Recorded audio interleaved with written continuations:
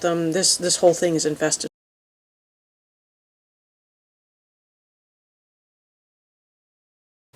Welcome back. Thank you so much for joining me. If you're new here, I'm Catherine, the Aerogarden homesteader, and today we are doing the Aerogarden updates. This is the tomato. It's looking really good. It's actually full of tomatoes, so I'm really pleased with it. This is how the stem is doing. I don't know if you can see that very well. So it's doing really nice. I'm really happy with how this is doing. I did manage to turn it, and I did prune off a little, so here a few more of the ends just to sort of tighten it up a little bit. It is kind of going over on this side a little bit. The peppers are doing really good. I actually see that this one has gained a lot of growth. It's straightened out and it's grown quite a bit, so I'm really happy with that. Looks like it might also be putting out some little side shoots and branching off. It hasn't split yet, so I don't know if it's going to, because it does look like there are little flower nodes in there. I do hope it splits soon. And this one is looking pretty good. It's still a little on the small side, but it is getting bigger. And then inside, it's possible to see the roots. So it's putting out some really nice roots. I'm really happy with that. I do still need to go downstairs and dig out the little spout that goes on top of the pump just to put the water up a little higher. I do have a piece of paper that I'm kind of putting over this as a cover just to prevent too much light from getting in, because I don't want the water to get too scuzzy. It kind of looks a little scuzzy already, but you know, I'm doing the best I can. I don't know that it's worth actually making a lid for this one if this is not a design I'm going to stick with, because I think I need to go completely back to scratch in order to get this to be a little bit wider. I haven't tried yet, and I did try to make it a little longer when I did first find out that it wasn't quite long enough, and that was a bit of a pain, and so I did something different to make it wider, but that didn't, it's not going to make it, like it made it longer, but to make it wider, I'm going to probably have to go and start completely from scratch, I think. Now, I do have a little bit of algae growth going on in the rocks, and I do believe that the tomato had algae growth, but it does look like now that it's all shaded out, the algae growth has kind of died back a bit, and now it just has sort of like the hard water scale. You know, we have hard water.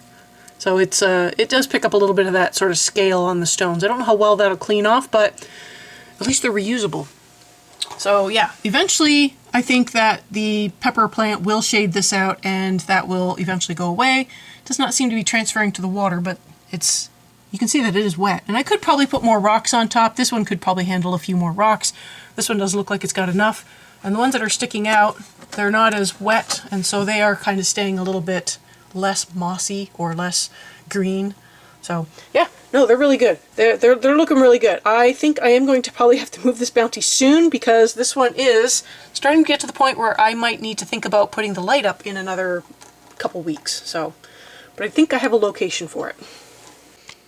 Now, this is the other tomato plant, and it is looking really good as well. It is putting out some more flowers. I think it has escaped the bounds of the light. We're gonna have to put the light up, but the tomatoes are looking really good. I think we've got, I think the one back here might be ripe. It's really hard to tell with the light, but got a couple more under there. So there's a few in here that I think are really close to being ripe, but it's looking really good.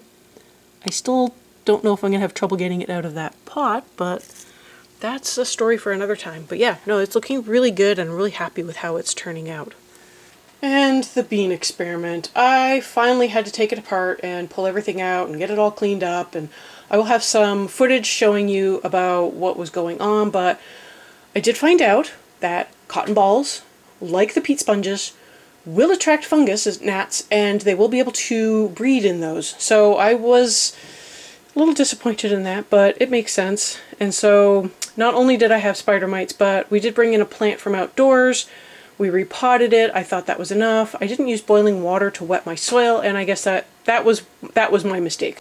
I am getting ready to clean up the farm, and I just wanted to show you that yes, with the peat sponges I can get fungus gnats, and I've noticed that also with the cotton balls, they also seem to attract fungus gnats. So if you do have fungus gnats in your house and you're running an Aerogarden with either the peat sponges or the cotton sponges, you will get gnats. They will continue to multiply. I've got them, this whole thing is infested obviously, but once I clean it up and let it air dry out and I don't have the cotton, the fungus gnats will go away as long as I don't have any wet soil in the house. So it's just going to be a matter of getting this cleaned up and making sure that the soil in all my other plants stays dry. We did end up transplanting a plant we bought from the nursery, and silly me, I didn't treat the soil before I transplanted and brought it in, so that's where the fungus gnats actually came from. That's my fault. So, and I'm just going to see if I can lift this lid up one-handed, which I don't know if I'm going to be able to. Holy crap. So somebody had asked about the roots. That is a root mat. I don't know if you can see that. Oh boy, that is just filled with roots. I can't even lift it up. It's stuck. And there we go. In the sink, making a big mess. Okay, there we go. So that is the root ball. Looks like I had a little bit of breakdown towards the bottom there. That could just be wet, I guess, but making a big mess. Yeah, it feels a little slimy, but I did take the plants out a couple days ago, so they might have started dying back. But yeah, it's pretty impressive. You do have to be careful not to throw out the sponge, but yeah, that's... If you were concerned about how healthy the roots could get just being in cotton balls, they seem like they did a really good job. So that is how that looks. I am going to get to cleaning this up so I can get rid of the fungus gnats and not have to deal with little dive bombers every day. I do also want to just show you that after I pull these out, there's really not much left of the cotton ball. I don't know if you can see that. There's just a little bit here. This one that I pulled out, it's got a little bit of fluff here and a little bit stuck to the side here, but for the most part the cotton balls have almost completely broken down, and then there's just the roots. So yeah, just a little bit. So if you're wondering what happens to the cotton balls, they just seem to break down even in the Aerogardens. We had fungus gnats as well as spider mites, and it did look like they were starting to get to the point where they just needed to come out, so they are all empty. I will have stats up on the screen about what the final totals were on how many beans I got and the final weight and all that. But it was actually pretty good. I mean, I got some pretty decent meals out of having those beans. 24? No, it was like 48 plants of beans. So that's pretty good, and I got decent amounts. I think if I had had them all timed together, I would have had enough to do a really small canning load. I mean, probably think like 3 jelly jars worth of, maybe 4. I mean, I guess it would have depended. It was in 2 sets of major harvests. I did have, it wasn't long and drawn out. There was like a whole big group of harvest, and then there was a pause, and then another sort of smaller group of harvest. So I think that if they had been timed correctly, it would have turned out pretty good. So, and finally, the little habanero. It looks like it's doing really well. So I think it was slightly smaller than this when I put it in. It looks like it has pushed out a little bit more growth on the leaves. The leaves are still really small. It's still probably just trying to get used to, you know, being in the water and a little bit of transplantation shock, but it looks like it's doing well. I do think that, so this one's on my dining room table. I will probably put this one under the counter where the bounty is and put the bounty over here on the table where there will be more space for it.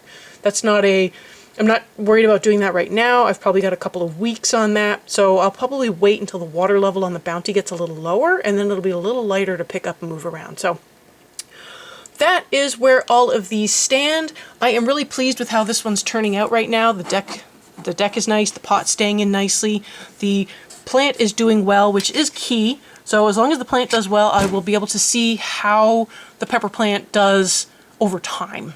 So the plant is surviving, basically.